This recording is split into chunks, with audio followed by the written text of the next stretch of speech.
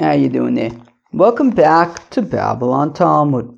Today we're starting Daf Samach Gimel, Daf 63 of Masechta BavaBasra. Friends, kind of BavaBasra stuff. All right, we're going to start in Daf Samach Beis Amud Beis, about 10 or so lines before the end of the Daf, at the two dots. Omer Rabbah. It says Rabba Palga, so it's going to be these these like BavaBasra kind of things. Do I have to sneeze? Interesting.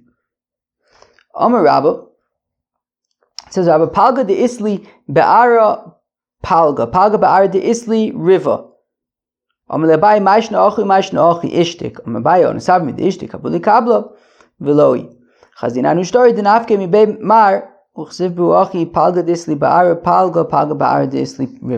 it's talking about where Shimon owns half of a field. That's what he owns. The other half belongs to somebody else. Shimon owns half the field, and he's making a sale to Reuven. So Rabbah says, so Amar Rabbah, I'm going to start again. It says Rabbah, Palga de Isli Ba'ara Palga. So if what he says, and it's hard to tell if there's really a difference, as Abai is going to point out. But the Gemara says, according to Rabbah, that if he says that Palga de Isli Ba'ara, that I'm selling you half that I have in the land, Palga means he's selling him his entire half. So I guess it means that he's selling that, the half of the land that I own, I'm selling to you. I'm selling you my entire half.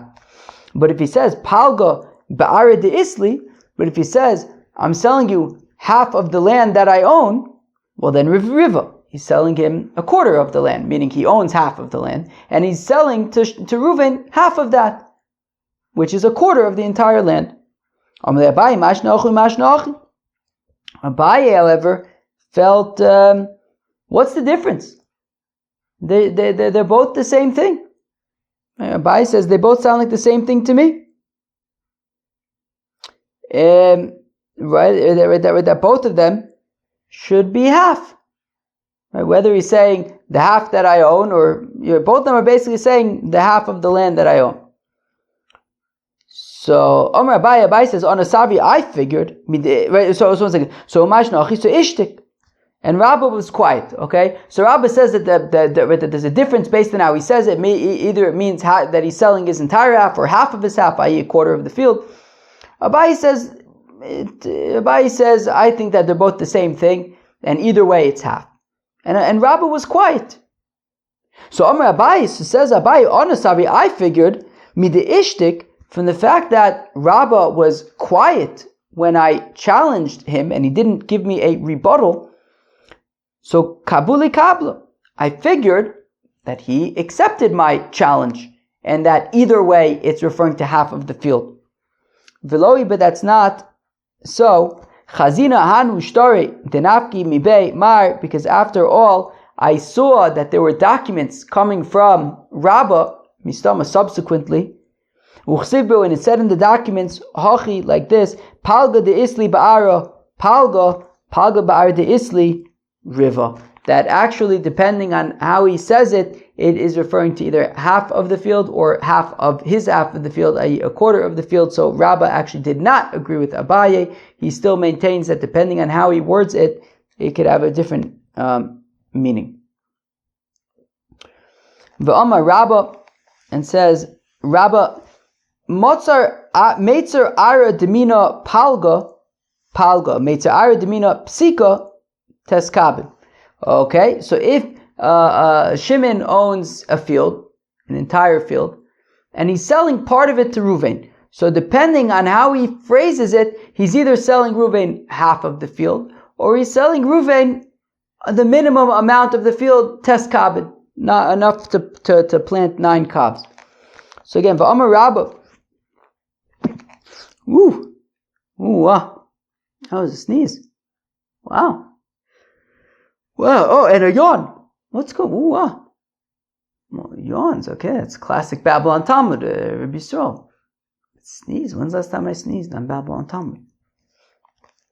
V'amar Rabbah, Meitzer Ara Demina Palga. So if he says the boundary, the border of the land that I'm selling you is half, so half.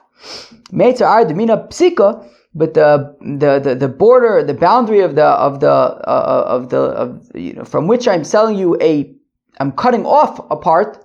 So then tes kabin, well then he's only cutting off 9 kavs worth, right? The minimum amount to plant 9 kavs.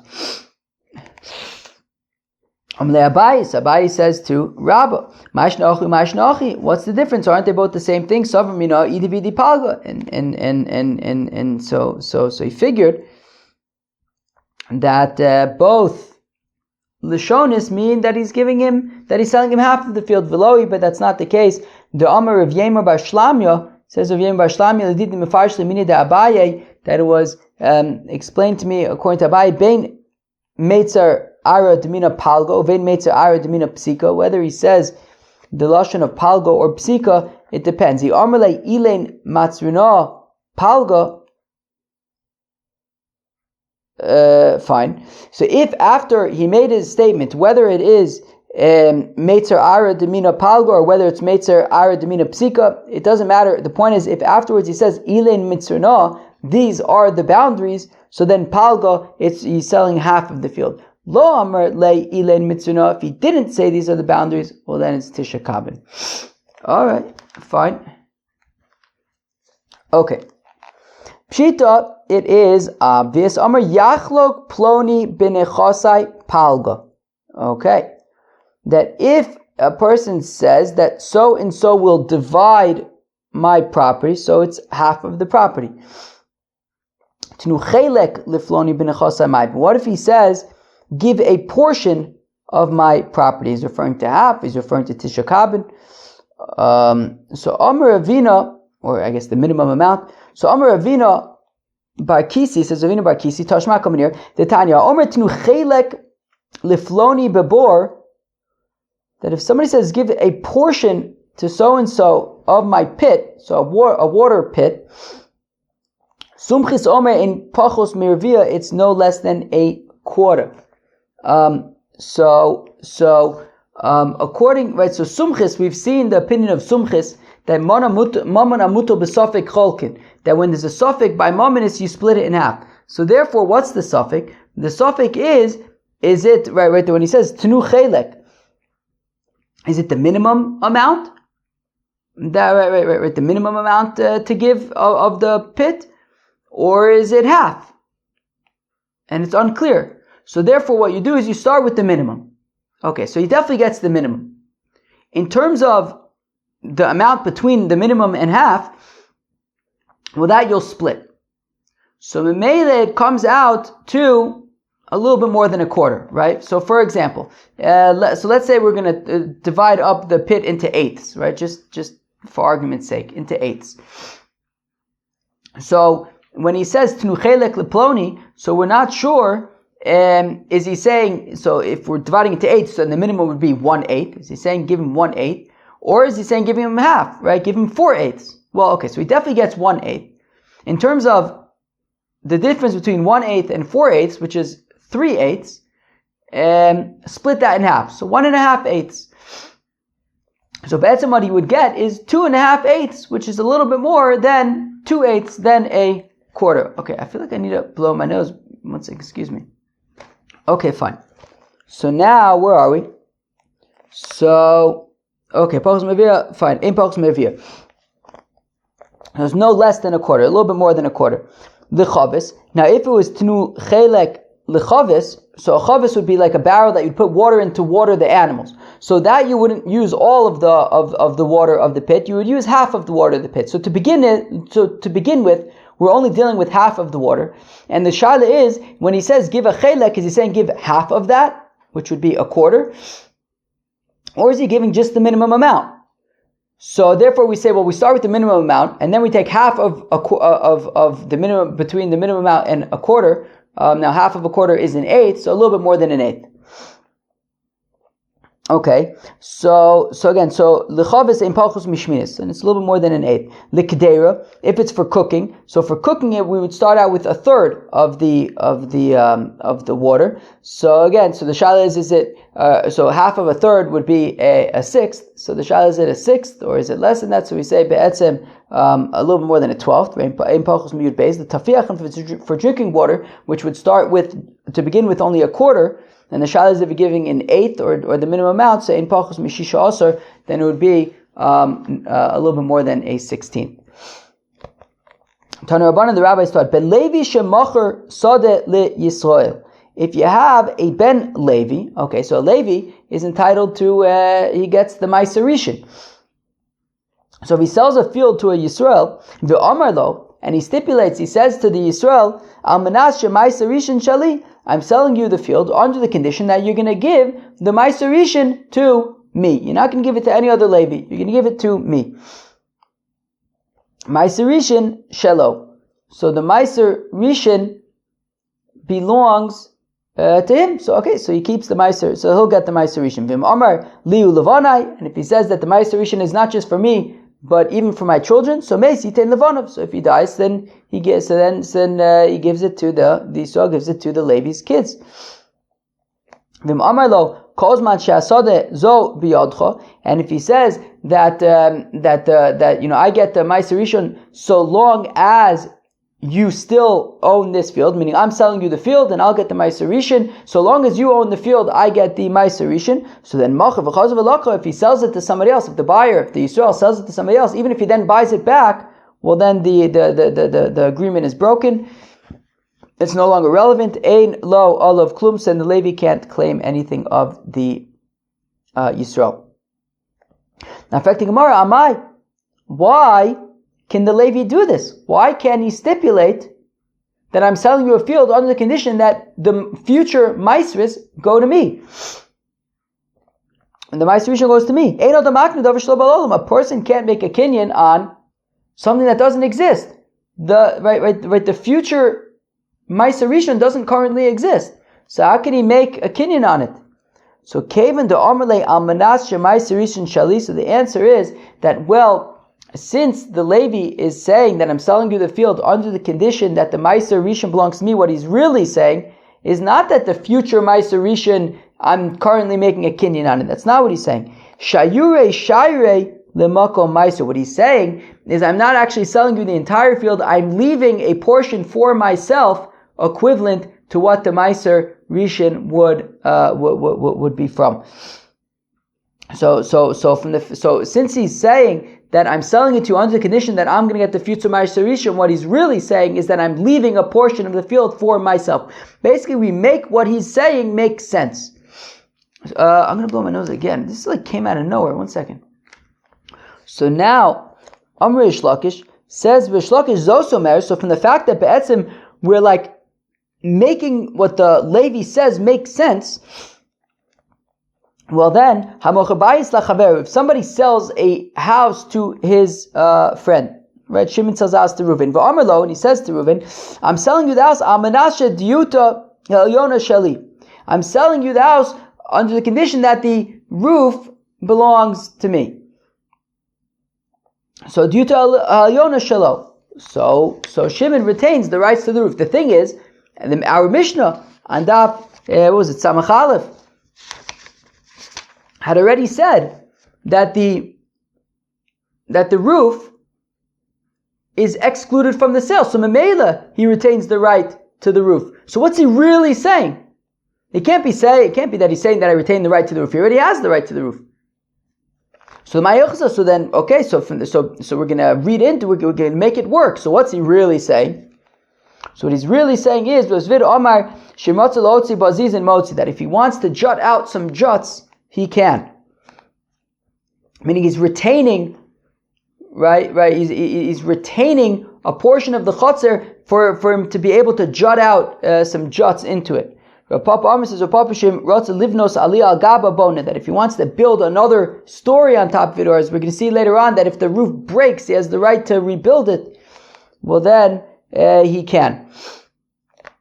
I understand Rav Zvid. Hanu Dikatani Zos Omeres. I understand according to Rav Zvid, right? Meaning we had the scenario of the Levi who said that I'm retaining the right to the Ma'aser Rishon, and we said what that really means is that he retains part of the field for himself. So I understand according to Rav Zvid that we're saying, what does he really mean? That he retains part of the chutzah for himself to be able to jot out some juts. But El Rav Papa Mai Zos Omeres. But according to Rav Papa, what does it mean Zos Omeres? That this indicates. He's not, according to Rav Papa, he's not retaining anything. He's retaining. He's saying that I have the right that if the roof breaks, I could fix it. But he's not keeping anything right now for himself. So kasha, it's taka a good kasha. Excuse me, nose blowing break. 1 second. Amar Rav Dimi min Arda, says Rav Dimi min Arda. Hai man de mizabin le beisa le chavre. So if Shimon is selling a house to Reuven, aval gab dichosav le umke virume. Even though Shimon writes to Reuven, I'm selling you the depths and the heights, still any pits or cisterns would not be included. Sarich lemichtav le, if he wants to sell the pits and cisterns as well, Konilach mitehom ara va'ad rum rikia. Shimon would have to stipulate, I'm selling you from the depths of the earth to the heights of the sky. My time, how come? The reason is the umke virume bistome lo kani, because by default the land underneath the house as well as the space above the house are not included in the sale by default, and therefore ahani umke virume lemikne umke virume. Therefore, if Shimon says, I'm selling you the house and the depths and the heights, what he's saying is, I'm selling you the house and the land beneath the house, as well as the space above the house, the air rights above the house.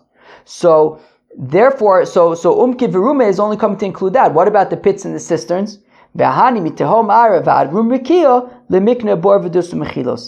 And therefore, when he says, mitahom ayr, from the depths of the land until the heights of the sky, well then it's the mikna bor v'dus mechilos. That is coming to include, right, that extra from the depths of the land to the heights of the sky is what's coming to include the pit and the cistern and other excavations. Let's say that the following is a support for Rav Dimi, that by default the land beneath the house and the airspace above the house are excluded from the sale. Velo es habor, velo es adus, that the pit and the cistern are excluded. Af al pi shekasav lo umke virume. Even though Shimon wrote to Reuven the depths and the heights, still the pits and the cisterns are excluded. Now, if it enters your mind that by default the land beneath the house and the airspace above the house are included, well then I don't need umke virume to include them. They're included by default. So then I would say that umke virume lehane. If by default the land beneath and the airspace above is included, so then, by default, the umke virume is included. Lehani umke virume lemikne bor v'dus. So if that's the case, meaning if we were to say, I just got distracted by something. I feel like, I don't know, something made noise, but whatever. Let's get back to focusing. So so Rav Dimi Narada had said that by default the land beneath and the airspace above are excluded. Now we have a Mishnah that says that the pits and cisterns are excluded, even though he writes umke virume. So that is because we need because by default umke virume are excluded. The land beneath and the airspace above are excluded by default. So therefore, when you write umke virume, it's coming to say that included in the sale is the land beneath and the airspace above. That's why we need umke virume, and therefore the pit and the cistern has not been included. But if you say that by default the land beneath and the airspace above are included by default, so then I don't need umke virume to include them. They're already included. So then umke virume should include the pit and the cistern. From the fact that it doesn't include the pit and the cistern means that the land beneath and the airspace above are by default excluded, and umke virume are coming to include them, but the pit and the cistern has not yet been included. All right, fine. Where am I? So again, if it enters your mind, that by default the land beneath and the airspace above are included, so then so let the words kiviruma come to include the pits, the cistern, and the excavations. So the Gemara says, well, it could be that the Mishnah is not necessarily a proof for Rabbi Dimi ben Arda, because you can say that actually by default the land beneath and the airspace above are included. And if you would write kiviruma, it would come to include the pit and the cistern. But the reason why the pit and the cistern are excluded, delo kosovle, because he didn't write kiviruma. But what do you mean? It says explicitly, even though he wrote kiviruma, still the pit and cistern are excluded. So this is what it's saying. That by default the land beneath and the airspace above are included. And even though you didn't write kivirume, kimisha kosav domi lemiknu kivirume, it's as though it's written kivirume, and by default the land beneath and the airspace above is included, I can argue. And lemikna bor vedus, and if you want to also include the pit and the cistern, umechilos and the excavations, ikosav le kiviruma kani vilo kosav lo kani. You would have to write kiviruma to be kone the pits and the cisterns. If you don't write kiviruma, then they would be excluded. Okay, so we could kind of finagle the Mishnah to say that it's not a support for Rabbi Dimi ben Arda. Rabbi Dimi ben Arda says that by default the land beneath and the airspace above are excluded. We wanted to say that the proof of that the Mishnah would support that. The Gemara says, you could say that the Mishnah is not supporting that. Okay, fine. Toshma, another potential support. So our Mishnah says, at Senedaf Samach Aleph, that when you sell a house, the roof is excluded so long as it has a fence around it that's 10 tfachim tall. Then it's excluded. Now, now, if